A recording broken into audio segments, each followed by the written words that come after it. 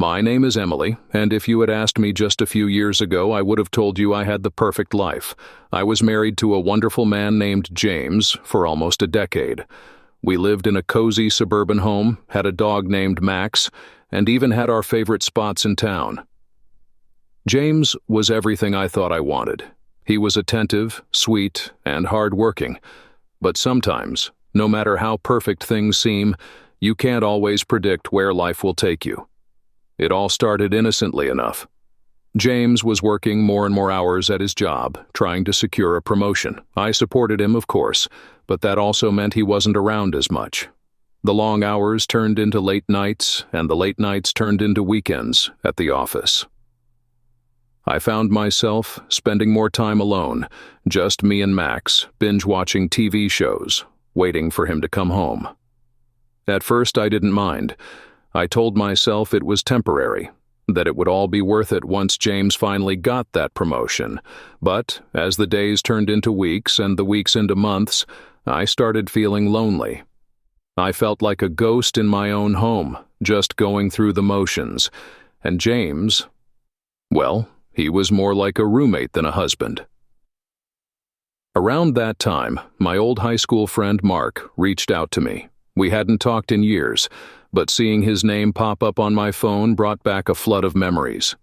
We were close back in the day, practically inseparable, but life happened, and we lost touch after college. He had just moved back to town and wanted to reconnect. I didn't think much of it, so I agreed to meet up for coffee. That coffee turned into hours of catching up, reminiscing about old times. It felt so easy, so natural. Mark was still the same charming, funny guy I remembered, but now he had this maturity about him that was comforting.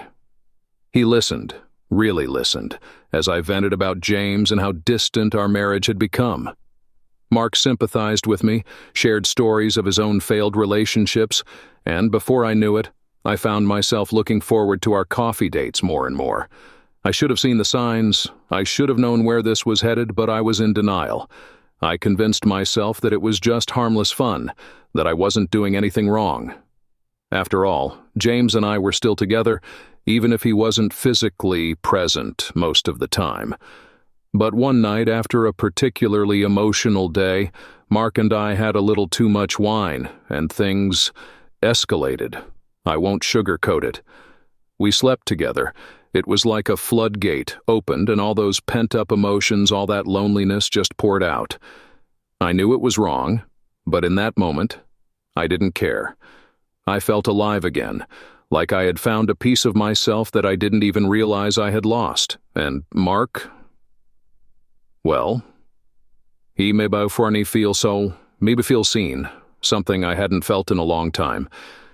The guilt didn't hit me right away. For a while I tried to keep things normal at home, acting like nothing had changed, but deep down I knew everything was different.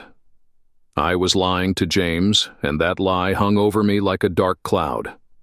Every time he kissed me, every time he told me he loved me, it felt like a dagger to my heart. But I didn't stop seeing Mark. I couldn't. I told myself that I needed him, that he was the only thing keeping me sane. But secrets have a way of surfacing, don't they? One evening, James came home earlier than usual. Mark had just left, and I hadn't had time to clean up the mess we made. There was a wine glass still sitting on the counter, and the smell of his cologne lingered in the air. James noticed right away. He wasn't stupid. He asked me, point blank, if I was seeing someone else. I froze. My mind raced, trying to come up with some sort of explanation, but nothing came out. The silence was deafening, and in that moment, I saw the realization wash over his face. He didn't yell, didn't accuse me of anything. He just looked at a cursaturlant. That this hurt in his eyes that I'll never forget. And then he turned and walked out the door. I tried calling him, texting him, but he didn't respond.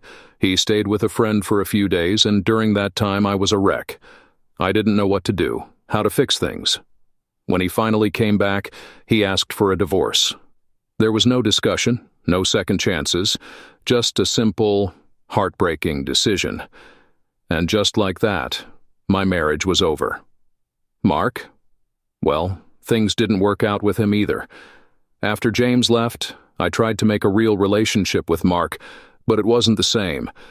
And the guilt and the shame were too much to bear. And eventually, we drifted apart.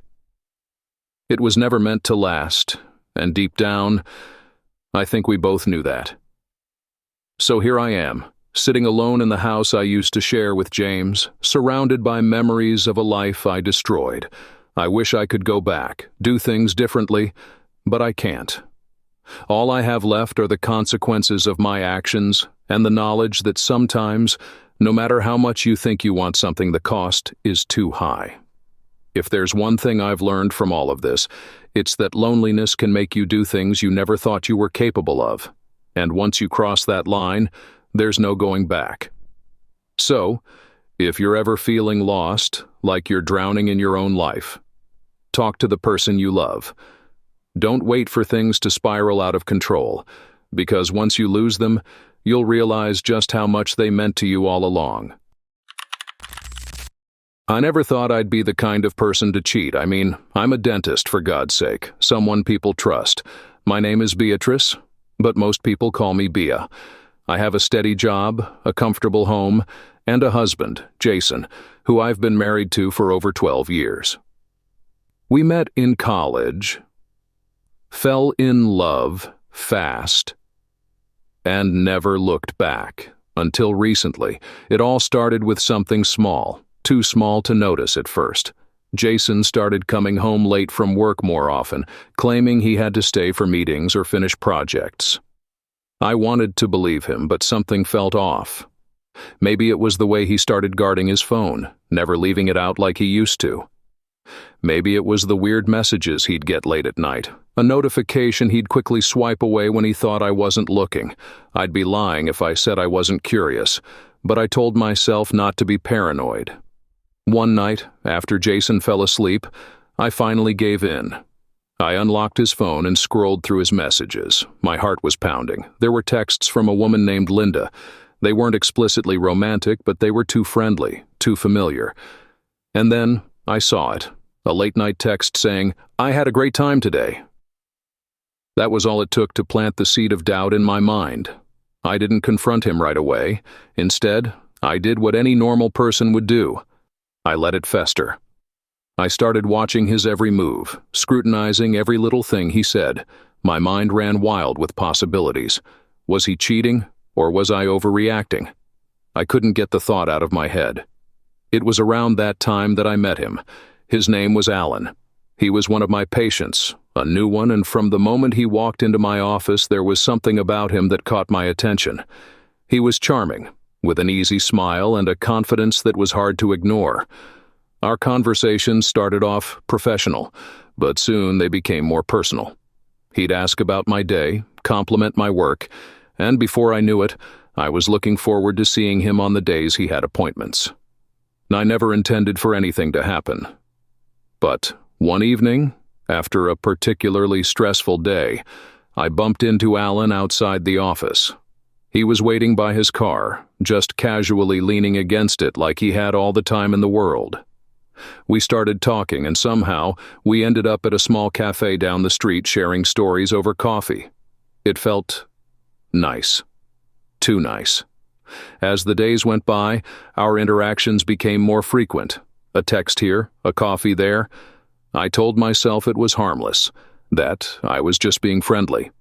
But deep down, I knew it was more than that. There was an attraction that I couldn't ignore, and I felt something I hadn't felt in a long time. Desired. One evening, after another work meeting Jason had to attend, I found myself texting Alan. He suggested we meet up, and I didn't hesitate. We went to his place, and one thing led to another. I won't go into details, but let's just say it was a moment of weakness, a moment I can't take back. When it was over, I felt a rush of emotions, guilt, shame, but also a strange sense of satisfaction. For once, I wasn't the one being ignored. For once, I was the one taking control. The next morning, I woke up with a pit in my stomach. What had I done? I couldn't even look at myself in the mirror. I knew I had crossed a line, and there was no undoing it. Alan texted me later, saying how great it was, how much he wanted to see me again, but I couldn't do it. I told him it was a mistake, that it couldn't happen again. At home, things didn't magically get better with Jason. If anything, the distance between us grew even more. I couldn't shake the guilt, and every time I looked at him, I wondered if he could sense it. Did he know? Or was he too wrapped up in his own secrets to notice mine? Days turned into weeks, and I found myself spiraling. I wanted to confront Jason about Linda, about everything, but I didn't know how. What if I was wrong? What if it was all innocent? And then there was my own betrayal to consider. How could I throw stones when I was just as guilty? Finally, one evening, I couldn't take it anymore. We were sitting at the dinner table, the silence between us thick and suffocating. I looked across at Jason, at the man I once couldn't imagine living without, and I blurted it out. Are you cheating on dointing being me? Jason looked up, surprised. For a moment, he didn't say anything, just stared at me, as if trying to figure out where this was coming from. Then he sighed and put down his fork. What are you talking about, Bea? Linda, I said, my voice trembling. The messages? The late nights? What's going on? He frowned, clearly caught off guard. Linda? She's just a co-worker. We've been working on a big project together. That's all? There's nothing going on between us? I tried calling him, texting him, but he didn't respond. He stayed with a friend for a few days, and during that time I was a wreck. I didn't know what to do, how to fix things. When he finally came back, he asked for a divorce. There was no discussion, no second chances, just a simple, heartbreaking decision. And just like that, my marriage was over. Mark? Well, things didn't work out with him either. After James left, I tried to make a real relationship with Mark, but it wasn't the same. And the guilt and the shame were too much to bear. And eventually, we drifted apart.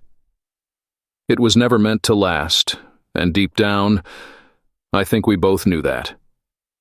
So here I am, sitting alone in the house I used to share with James, surrounded by memories of a life I destroyed. I wish I could go back, do things differently, but I can't.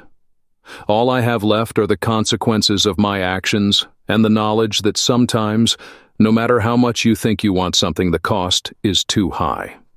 If there's one thing I've learned from all of this, it's that loneliness can make you do things you never thought you were capable of. And once you cross that line, there's no going back.